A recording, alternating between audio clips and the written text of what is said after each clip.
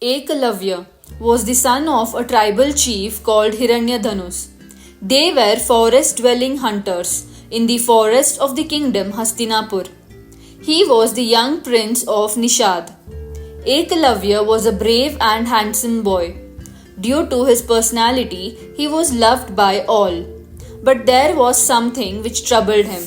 His father observed this.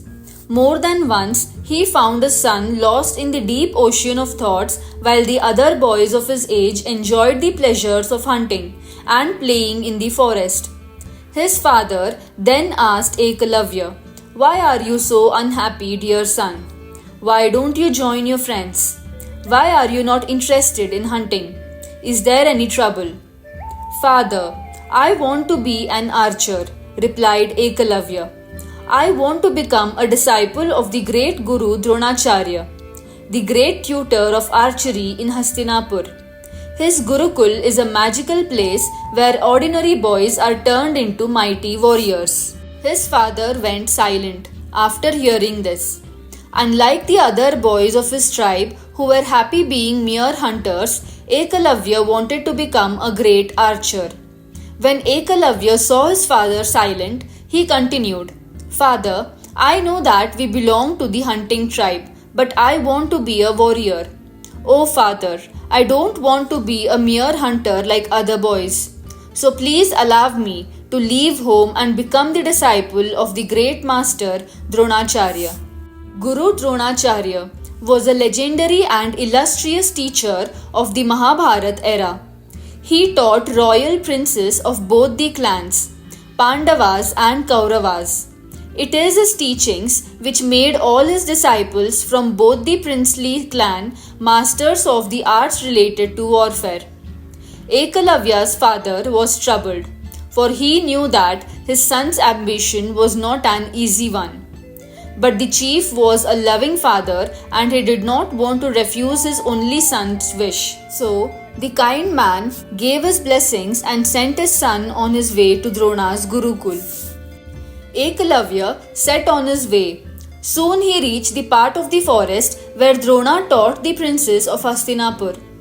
When the boy reached Dronacharya's Gurukul, he saw that it consisted of a group of huts, surrounded by trees and an archery yard. The disciples were practicing archery and were shooting arrows with their bows. It was an engaging sight. Drona was man standing near a tree, busy instructing a boy, who was none else than the third Pandava prince Arjun. Though Ekalavya had never seen Drona before, he put his guess at work. He went near Drona and bowed. The sage was surprised as well as curious to see a strange boy addressing him. "Who are you?" he asked. "O Guru Dronacharya, I am Ekalavya, son of the tribal chief in the western part of the forest of Hastinapur." Ekalavya replied, "Gurudev, you are the great teacher of archery. Please accept me as your disciple and teach me the wonderful art of archery." Drona sighed.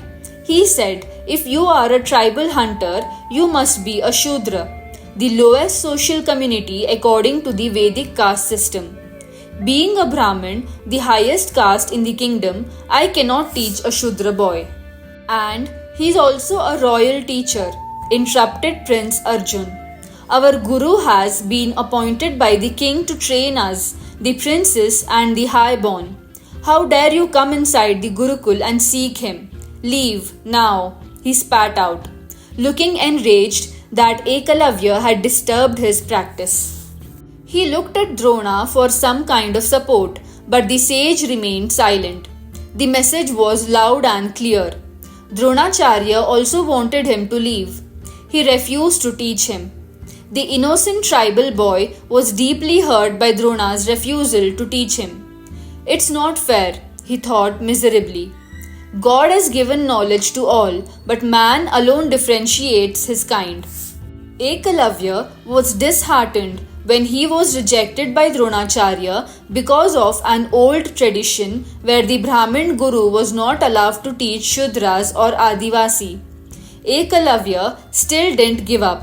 He was still as determined to learn archery. He once stayed hidden in the forest while Guru Drona was teaching the Kauravas and the Pandava brothers. After they left for the ashram, Ekalavya collected the mud on which his guru walked as a symbolic gesture of want to follow his knowledge and footsteps. Later, Ekalavya reached his own forest and took some mud from a nearby river.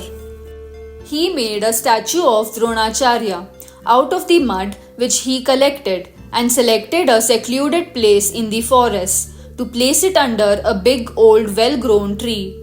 He began a disciplined program of self-study over many years. He accepted the statue as his guru and practiced in front of it every single day. Ekalavya did this because he faithfully believed that if he practiced before his guru, he would become an able archer. Thus, though his guru rejected him, he still held him in high esteem and thought of him as his guru. Day after day, he took his bow and arrow, worshipped the statue of Drona, and started practice. Ekalavya became an archer of exceptional powers. One day, while Ekalavya was practicing, he hears a dog barking. Its continuous disturbance in his practice angered him. Ekalavya fired 7 arrows in rapid succession to fill the dog's mouth without injuring it. As a result, it roamed the forest with its mouth opened. He was unaware of the fact that just some distance away, the Pandava princes were also present in that area of the forest. As they were busy practicing, they suddenly chanced upon the stuffed dog and wondered who could have pulled off such archery. Drona was amazed too. Such an excellent aim can only come from a mighty archer, he exclaimed. He told the Pandavas that if somebody was such a good archer, then he surely needed to be met. The practice was stopped, and together they began searching the forest for the one behind such amazing archery. It was Ekalavya.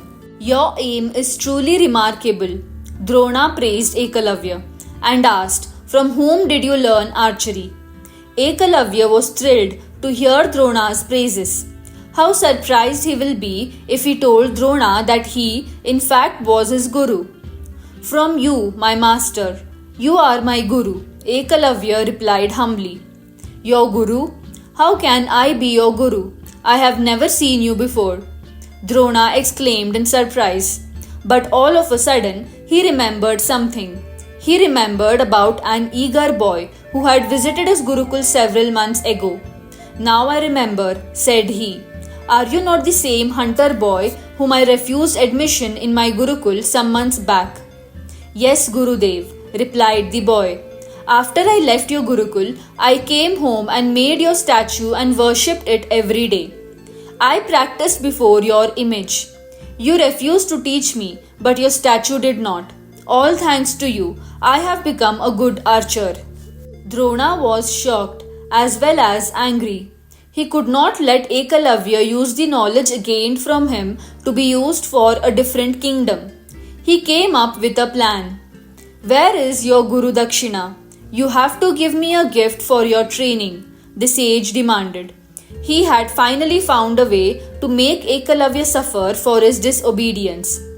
Ekalavya was overjoyed.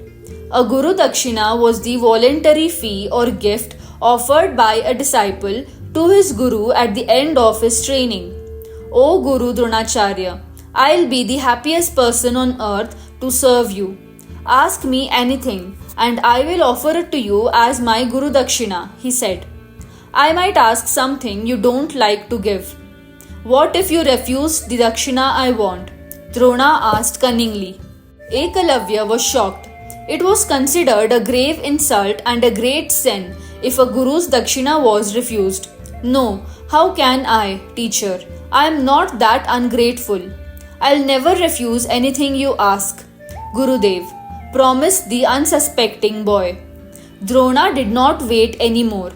Ekalavya, I seek to have your right hand thumb as my Guru Dakshina, he declared. Silence befell on everyone. Everyone was shocked, even Arjun. He looked at his teacher in horror and disbelief. How could their teacher make such a cruel demand? that too from a mere boy. For a moment, Ekalavya stood silent. Without his thumb, he could never shoot arrows again. But the teacher must be satisfied. As you wish, Gurudev, said he. Then, without the slightest hesitation, Ekalavya drew out his knife and cut his thumb. The princess gasped at Ekalavya's act of bravery. But the tribal boy betrayed no signs of pain and held out his severed thumb to Dronacharya. Here is my Guru Dakshina, Guru Dron, Ekalavya said. I am happy that you have made me your disciple, even if I am a mere Shudra hunter. The sage was humbled. He blessed the young archer for his courage. Ekalavya, even without your thumb, you will be known as a great archer. I bless you that you will be remembered forever for your loyalty to your Guru. Drona declared and left the forest. He was moved and grieved at his own action, but he was contented as his promise to Arjun was not broken. The gods blessed Ekalavya from above. But despite his handicap, Ekalavya continued to practice archery. How could he do so?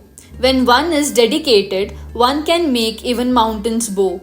With practice, Ekalavya could shoot arrows with his index and middle finger, and he became a greater archer than he was ever before.